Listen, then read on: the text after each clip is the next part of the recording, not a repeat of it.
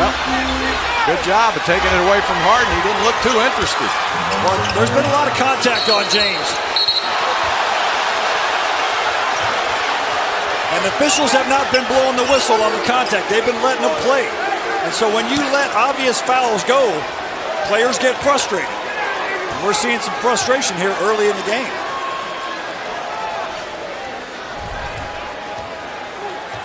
There's Murray with the layup. James trying to take the ball out of bounds. And he bumps into Murray, and Murray bumps back. Push, push. We'll see what becomes of this. But I think James is sending the message to the officials. Hey, look, if you're going to let us play, then it's going to be a physical game. Well, I just like that they even trapped in that situation and forced someone else to have to get the basketball. Harden and Crowder getting kind of physical, and Jason Goebel, like I said, he's a veteran of the Miami-Dade police force. You know, just trying to restore order. He doesn't back down to anyone. No.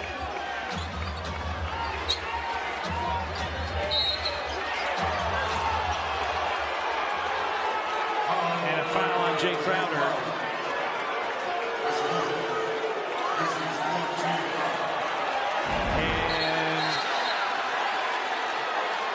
Right there. How is that a foul on Jay Crowder? I'm trying to figure out, but I just want to know, how does Jay Crowder get a foul on that in any way?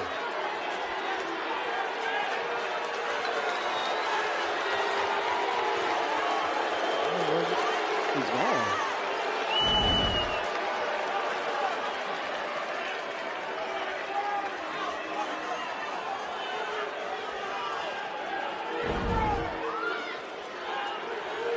And as we start this third quarter, and whoa, hey no, Morris and Anderson had been jawing before the quarter started, and now they are going at it.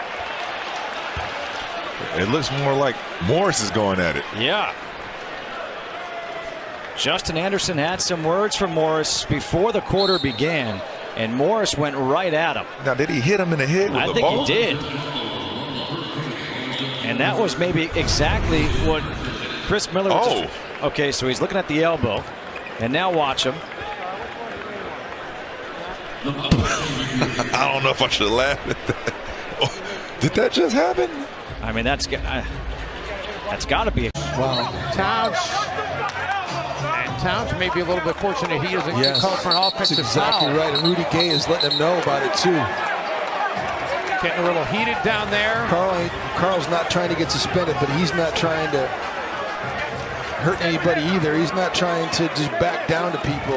You can't be tested like this and not say something. Rudy Gay, it's nothing personal. You're just too small to guard him. I mean, right now, Karl-Anthony Towns is going to the middle of the floor. It's just a good physical move. What's Rudy Gay talking about?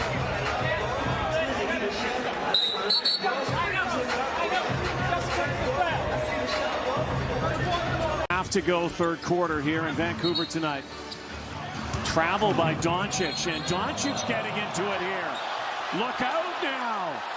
Hey, this is preseason, guys. And already tempers flare.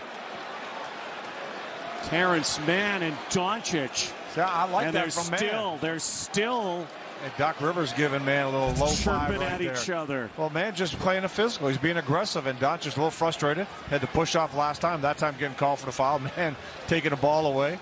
Doncic taking exception to it, but Mann not backing off at all. And that's why I said this is somebody that the Clippers are high on. Terrence Mann, just a rookie, but big upside. And then the big peacemakers, 7 feet 4 inches, coming in Boban. I would not go anywhere near that if Boban comes in. Well, you can pop him, but you can't even come close to him back. Yeah, there's the peacemaker. He could give you a sucker punch, and you have no chance of retaliation. So now our officials working this out, likely a wash. And Doc Rivers has got to like that kind of intensity from Terrence Mann.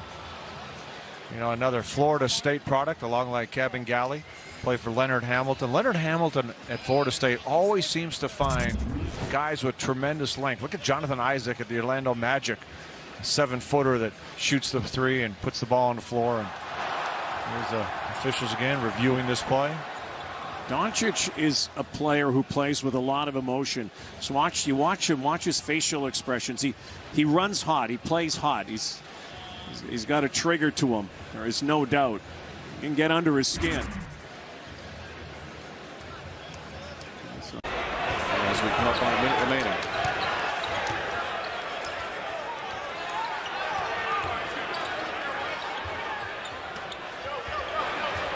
Robinson goes for the fake. Valanciunas back out.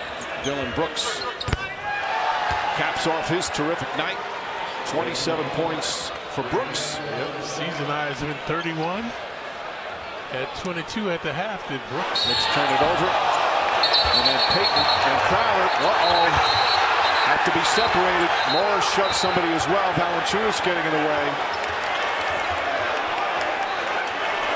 Payton, I think, objected to the game being over. And Crowder going for the steal. There you see Taylor Jenkins telling his guys to go to the bench. Payton has to be held back. The Knicks security doing a good job holding him back now. Mike Miller trying to calm down Payton. And as the frustration is boiled over here for the Knicks.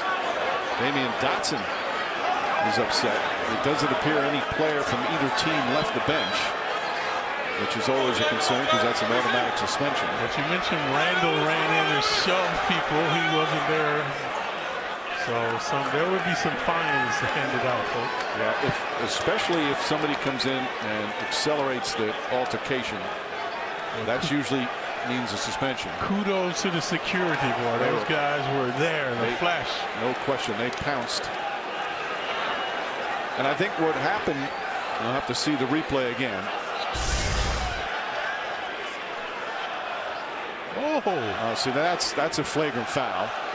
And I think what Payton was upset with was that the game's, it's an 18-point game. There's 48 seconds to go, and you're stealing a ball in the inbounds. It's Taylor Jenkins trying to tell Randall to calm down.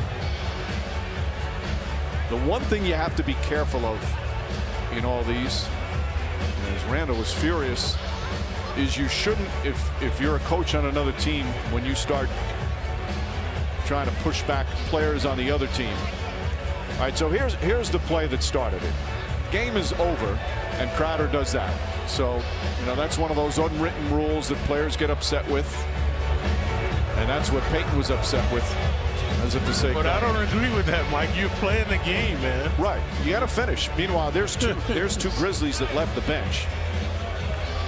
If you don't want this to happen, play ball. Right. Exactly, Clyde. I couldn't agree. I'm just saying that's what Payton objected to.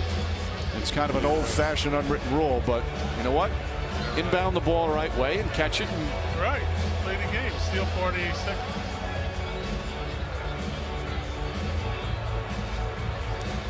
Payton showing his frustration as the Knicks are going to lose back-to-back nights. So the officials are looking at to see who's going to be ejected. My guess is Payton will be ejected, and there might be one or two others who kind of came in the middle or came after it had started. And that's a flagrant 2, so he'll be ejected.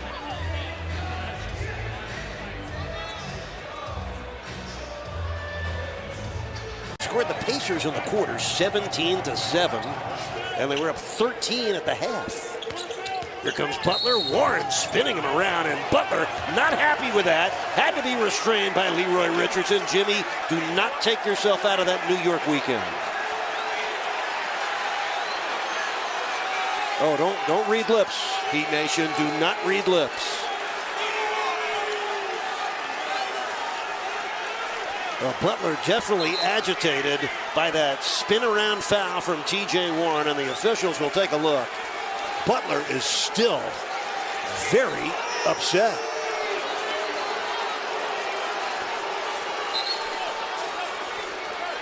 Need Jimmy to calm down here. He's just too important to the team to get tossed right now. They need him in this game. He's got to calm down.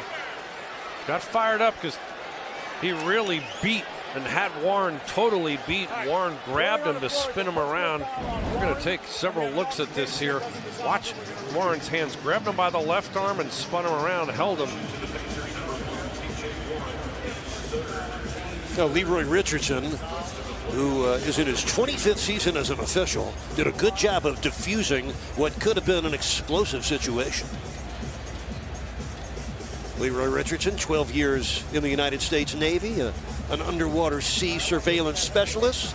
That time on dry land, did a very good job of diffusing what could have been a huge problem for both Butler and T.J. Warren. Well said, partner. Well said. Look at Leroy. Look how quick he was in there. That's terrific officiating. It is. Get ahead of it before things magnify. And they're reviewing this right now, trying to figure out what they're going to do. But it's clearly going to be a foul initially on Warren, and then from there we'll see what the call is. Both guys going chest to chest. Leroy probably asking the folks in Secaucus, how good did I look breaking that up? I would think that, typically what they'll try to do is even it out, and from a technical standpoint, really to diffuse guys from having the next one. If they don't tee these guys up, it could become a problem where it boils into a potential fight. If they give them double text, then they're worried about picking up the next tee and being thrown out of the game. John, your next job could be working for the league. That's exactly what it is. Double technical fouls. One for T.J. Warren, the other for Jimmy Butler. And out of that scrum, give John Crotty and Leroy Richardson A+. Thank you, partner. But look, I enjoy hanging here with you too much. John, we talk a lot about teams making the three. Miami can certainly do that, 11 of 23. How about defending the three? The Pacers have hit just 4 of their 16 triples, many of them under the duress of Miami's defense. And now Jimmy Butler calmed down, just had a pleasant exchange with Pacers head coach Nate McMillan. Well, not a shooting foul. It was the third team foul on Indiana in the quarter. So calm prevails, and the Heat go back to work ahead by 23. And Warren right back on Butler. Oh, Jimmy put a shoulder into the chest of Warren, and then Warren just got himself tossed out of the game for taunting. Well, neither player showing much in the way of poise right there. Oh, my. Well, what's going to happen? I don't know if you saw that on TV or not, but T.J. Warren, that is a no-no, my friend. And that's why Warren's going to be tossed right now. This is his second technical foul. This is why it's so important that they call those first technical fouls. They have no toleration at all. And T.J. Warren, who's the leading scorer for the Indiana. Pitching, battling, and a foul by Isaac.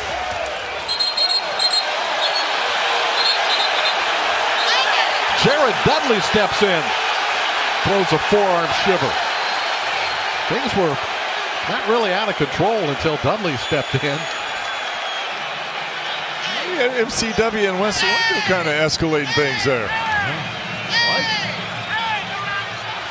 Dwight Howard mixing it up. Isaac with a pretty hard foul on him.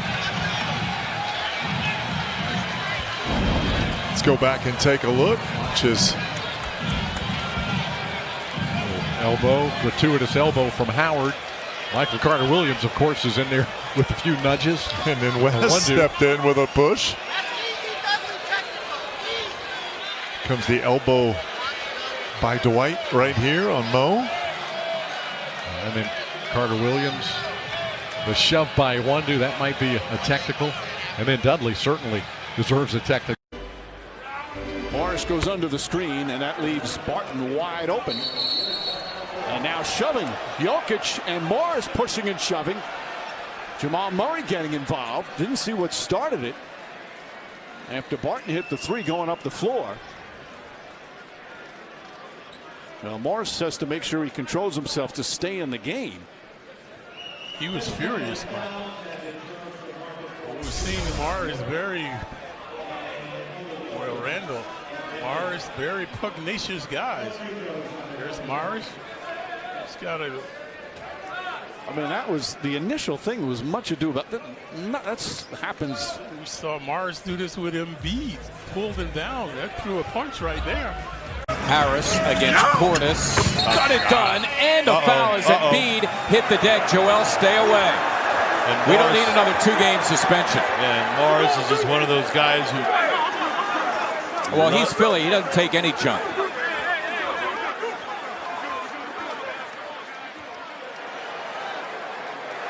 A lot of Wolf tickets being sold Talk to out him, there. Ben. Talk to him.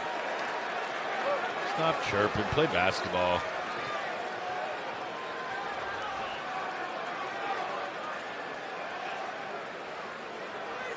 So no wrestling, nothing other than, and the officials will look at it anyway just to see if there's something they didn't see the first time around. JoJo got him with that right shoulder, and now Morris is trying to get him back, and he kind of just, mind you, these are two former Jayhawks.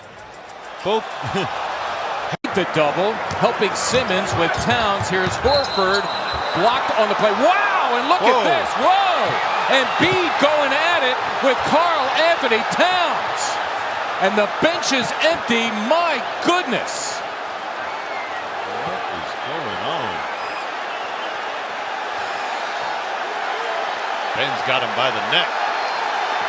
Towns is hot. Embiid is up. He's in front of his bench.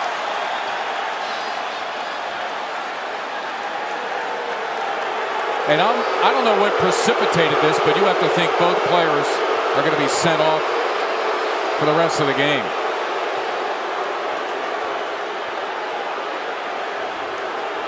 It was Simmons on the last play with the Sixers on defense. See him right there. What is going on? And then Embiid came in and double team, and those two remain in the backcourt. This is what ensued. They're trying to pick up Joel, and Ben goes right after Cat.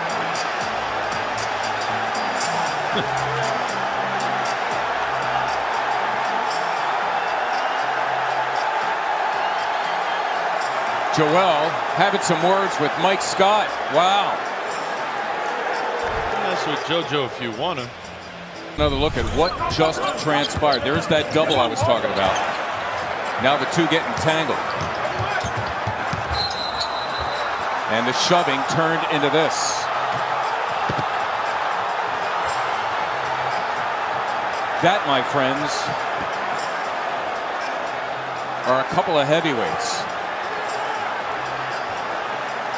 And Embiid seems delighted by the whole thing. Take a look at it from the other end of the floor. You see the tangle up right there. No big deal. And he's trying to break free.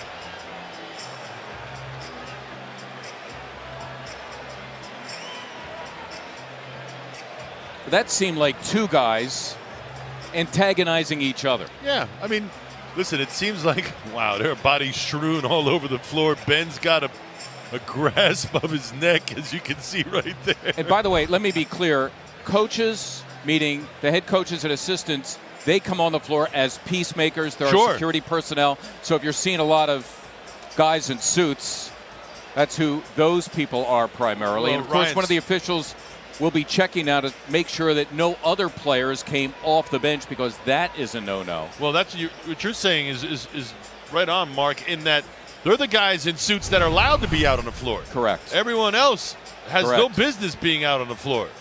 So coaches and assistants are allowed as peacemakers. Yep. And there's security guards in the mix as well.